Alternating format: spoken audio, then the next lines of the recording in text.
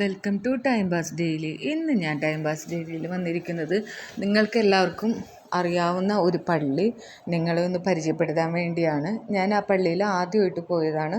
അപ്പോൾ എനിക്ക് തോന്നി അത് നിങ്ങൾക്കും കൂടി ഒന്ന് ഷെയർ ചെയ്യണമെന്ന്. പള്ളിയുടെ പേര് നിങ്ങൾക്ക് എല്ലാവർക്കും അറിയാം, പരുമലപ്പള്ളിയാണ്. ഒത്തിരി ഫേമസ് ആയിട്ടുള്ള ഒരു ഓർത്തഡോക്സ് ചർച്ചാണ്. അപ്പോൾ ഞാൻ ആദ്യമായിട്ടാണ് ഈ പരുമലപ്പള്ളിയിൽ പോയത്.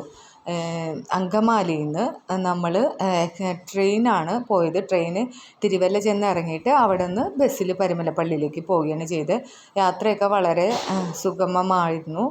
അപ്പോൾ ഇത് പരുമലപ്പള്ളിക്ക് 2 എൻട്രൻസ് ഉണ്ട്. ഞാനിപ്പോൾ ബാക്ക് എൻട്രൻസ് വഴിയാണ് കയറണത്.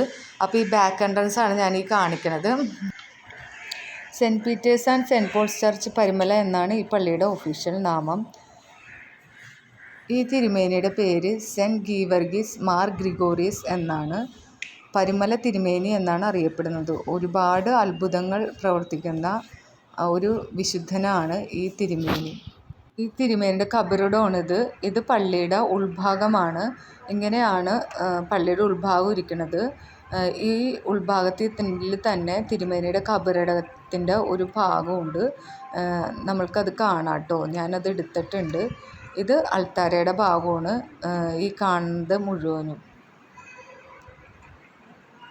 അതായത് ഇതാണ് ഈ ലെഫ്റ്റ് സൈഡിൽ അറ്റത്തുള്ളതാണ് തിരുമേനിയുടെ കബറിടം.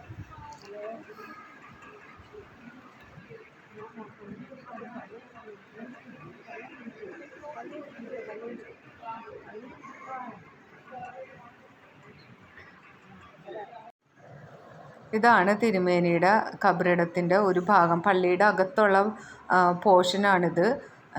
അപ്പോൾ ഇവിടെയും നമ്മൾ ഈ കബറിലും എല്ലാ വിശ്വാസികളും ഒരുപാട് ആഗ്രഹിച്ച് പ്രാർത്ഥിക്കുന്ന കാര്യങ്ങളൊക്കെ നടക്കുമെന്നാണ് വിശ്വാസം.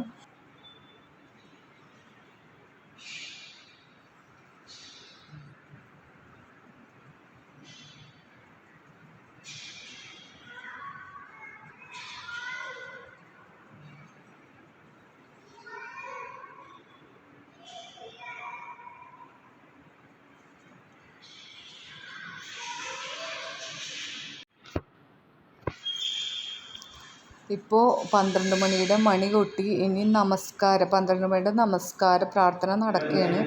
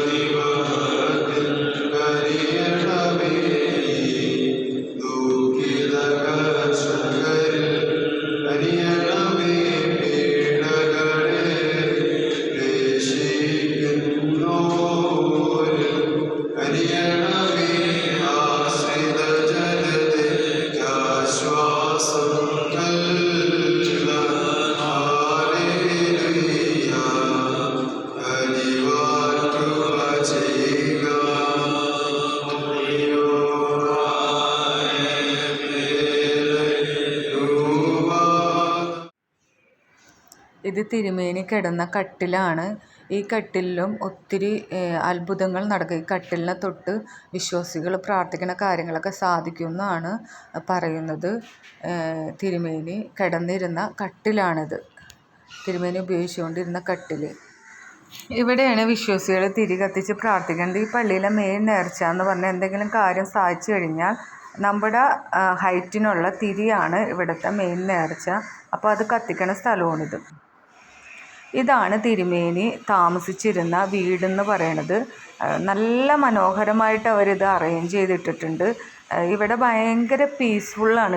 ഇവിടെയും വന്ന് ആളുകൾ ഇരുന്ന് പ്രാർത്ഥിച്ച് തിരുമേനിനോട് ആവശ്യങ്ങളും വിഷമങ്ങളും സങ്കടങ്ങളും ഒക്കെ പറയും.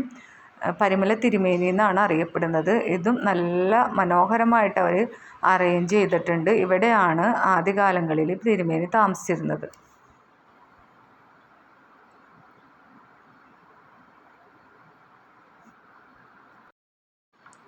അപ്പോൾ ഈ വീഡിയോ ഇവിടെ അവസാനിക്കുകയാണ്. അപ്പോൾ ഇനി വേറൊരു വീഡിയോയുമായിട്ട് വരുന്നതാണ്. Bye bye.